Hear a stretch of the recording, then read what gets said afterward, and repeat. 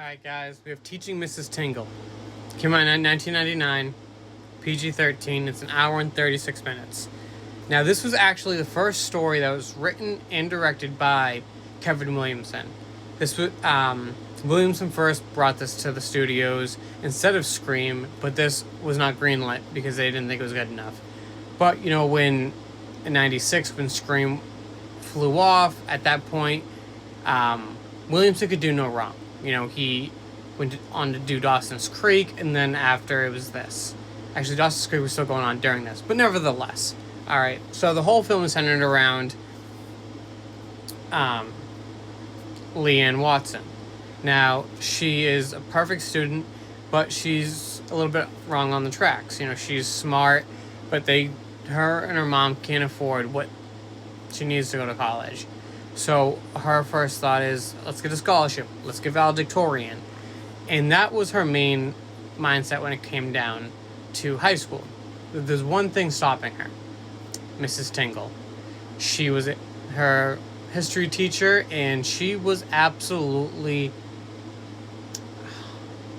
I guess you can say, fucked. Now, Mrs. Tingle always thought that she was in the right and nobody else could do anything right besides her. So, you know, you have Leanne busting her ass to do the final project for the history, and she ends up she doesn't get an A like she should. So, but she doesn't realize this up until you have Luke steals Mrs. Tingle's final and gives it to Leanne. Well, Mrs. Tingle ends up finding out that they stole it, and she's going to report them.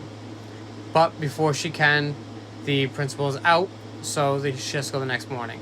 So these three lovely people take it upon themselves to go to Mrs. Tingle's house and try and change her mind otherwise. So essentially, they break into her house, in theory, and shit just continues to go left and right. The film is funny, it's entertaining, and honestly, the ending is something that you'll never see coming. So, this cast is completely outstanding. You know, I was kind of blown away that this film didn't do better in the box office. IMDb gives it 5.4 out of 10. I give it a 3 out of 5. Great film, love it. And if you are interested in watching it and you haven't seen it before, it's on Paramount Plus, so go and give it a watch and let me know what you think.